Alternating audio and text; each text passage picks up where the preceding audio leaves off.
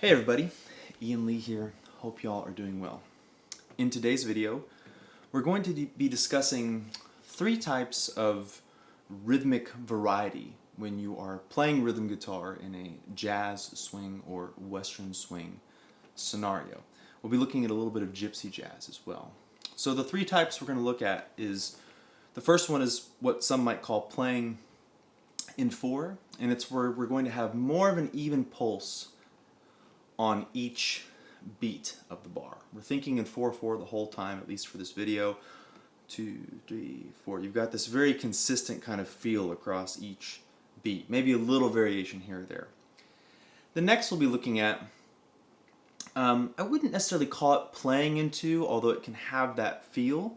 And maybe I'm incorrect on that, but I hear it a lot in western swing and even some of course some jazz and stuff, but it's this idea of like a boom chuck. So you've got more of this accent on beats 2 and 4.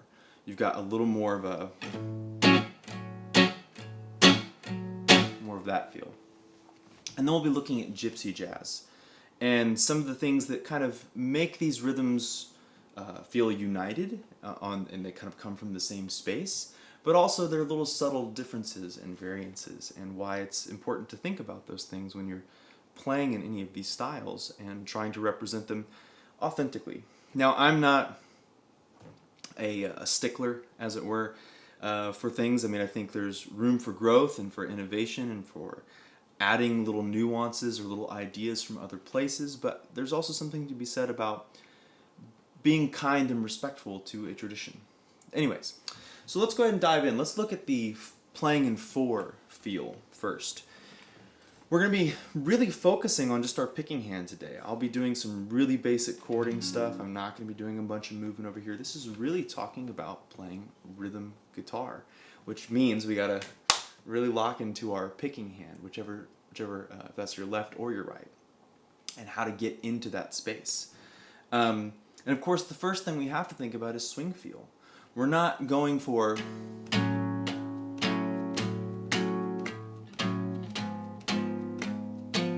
that's not a swing feel. Now, everybody swings a little differently, and this is one of the beautiful things about swing and jazz in all of its forms, is that everybody's got their own flavor they bring to the table, and you absolutely should find that, discover that, whatever that means to you, and express it. But I think there is an underlying substratum that informs us about what a good swing feel is, and you want to experiment with that and tap into that.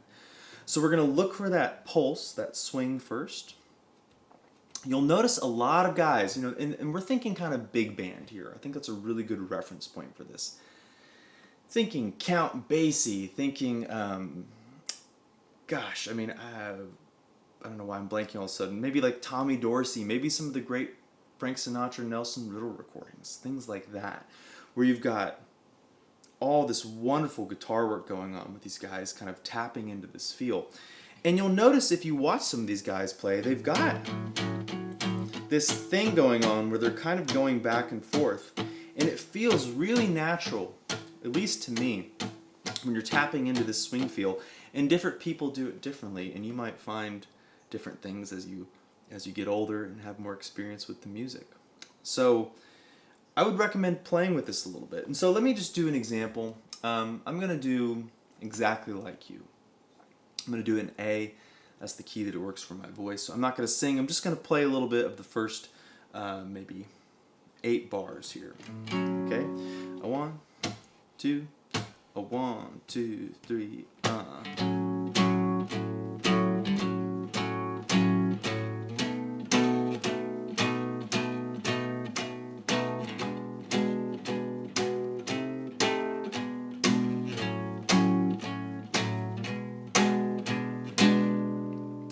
So playing in 4, 1, 2, 3, 4, zump, zump, zump, zump. You notice I threw in one uptick there, and even technically, if I were getting picky, I wouldn't want to hear that from myself. This style of kind of American big band, really there's not a lot of uptick, there's not a lot of uppicks. Maybe something just for taste, just to kind of add a little something.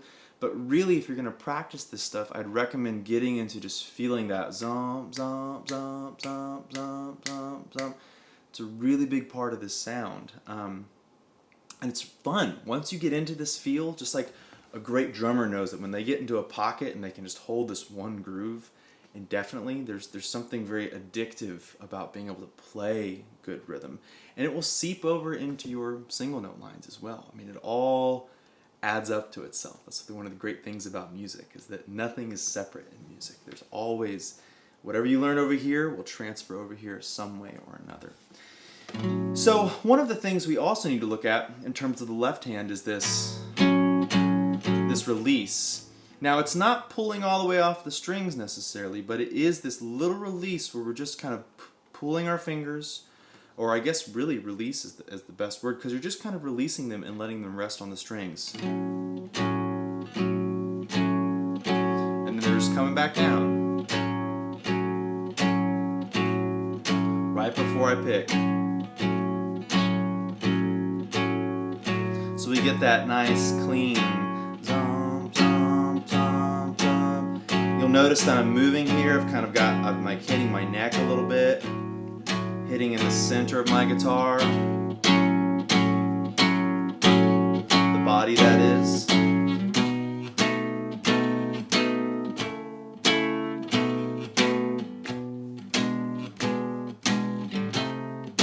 I had a little uptick there.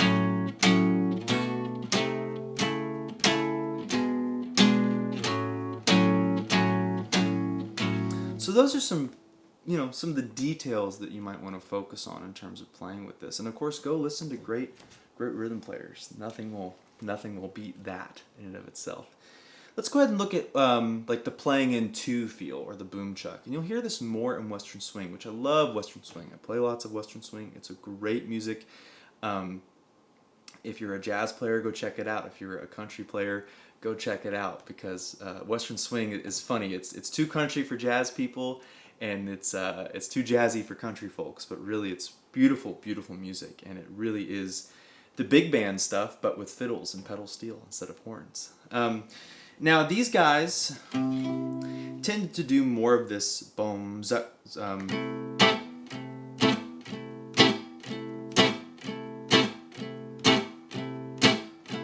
You see, I don't have as big a sweep in terms of this.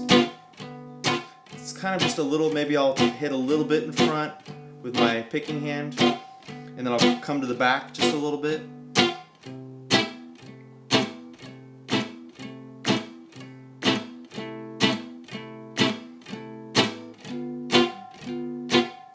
And if we want to look at what the left hand is doing in terms of the release, it's pulse, hit, release, pulse, hit, release, pulse, hit, release, pulse. That's what's happening right there. Pulse, hit, release, pulse, hit. And it's a very quick thing. It's almost imperceptible in a sense about how quick that release happens. But if you listen to it, you play with it more, you'll get the feel for it in no time. I promise. Just put some time into it. But this is, if I were to sing a little tune, Bubbles in My Beer, it's a great Western swing standard. Tonight in a bar alone I'm sitting, apart from the laughter and the cheers. A little upstroke there. While dreams of the past rise before me, just watching the bubbles in my beer. I said I wouldn't move chords, but I couldn't help myself. So that's really what we're looking more in that feel. I think this happens in a lot of formats, not just in Western swing, but in jazz. But Western swing is kind of where I tend to think of that more. But of course it happens in jazz as well. Let's talk about Gypsy Jazz a little bit. Now, Gypsy Jazz, one of the things that a couple of my best teachers told me is that they tend to do more of that upstroke thing. That's where that comes from. So I was running around doing this all the time. Night in a bar alone I'm sitting. Sorry, that's the wrong song. I know why I waited. I know why I've been blue. Each night for somebody. And you see here, I'm doing more of the two feel that I was talking about with Western swing, but it's a little hotter. And there's a little more upstroke going on as well. So that's kind of the gypsy jazz flavor that we're looking at, right? If I were to play like minor swing.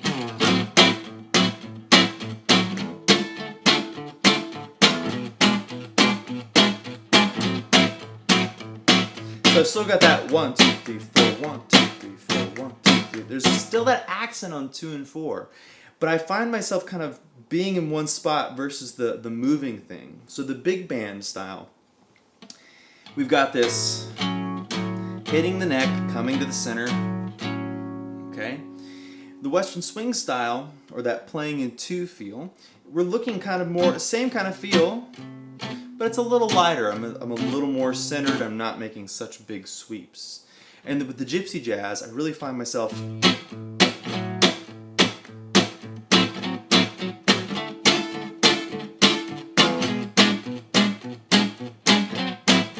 and those guys were so powerful, you know. I mean, so if you look at the kind of the original hot club of France, the quintet with Django and Stefan leading the band, they had 2 rhythm guitar players behind them. So those guys were and they were just pounding into those guitars, and so were the big band guys. I mean, at one point there wasn't amplified guitars. So my guitar, the Super 400, was built, you know, to sit somewhere in there and just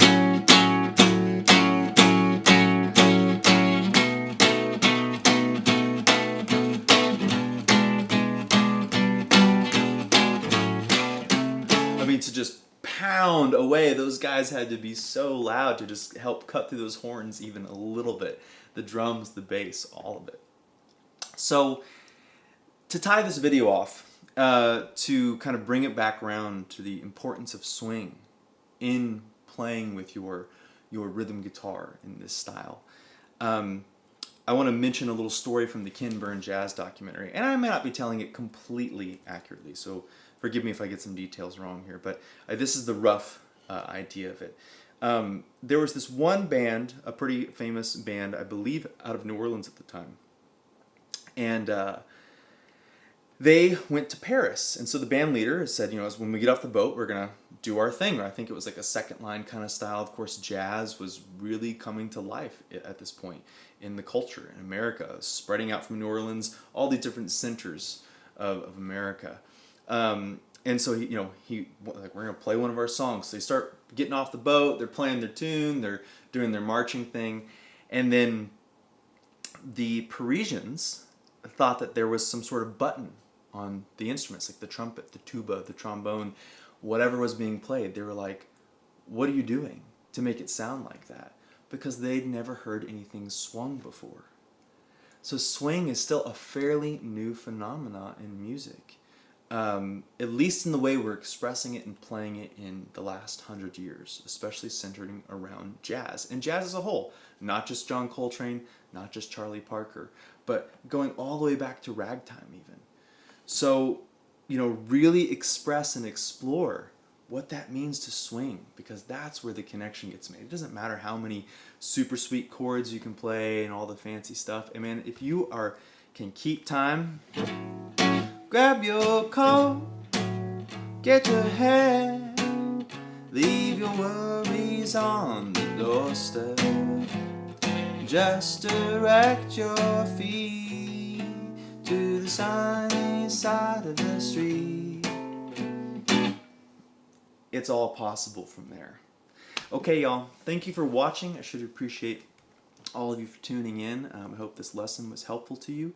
If you want to learn more about me, go to the link in the description below. Check out my website. If you're interested in private lessons, you can contact me there. And do all the YouTube things, like, subscribe, comment, and I look forward to seeing y'all next time. Thank you.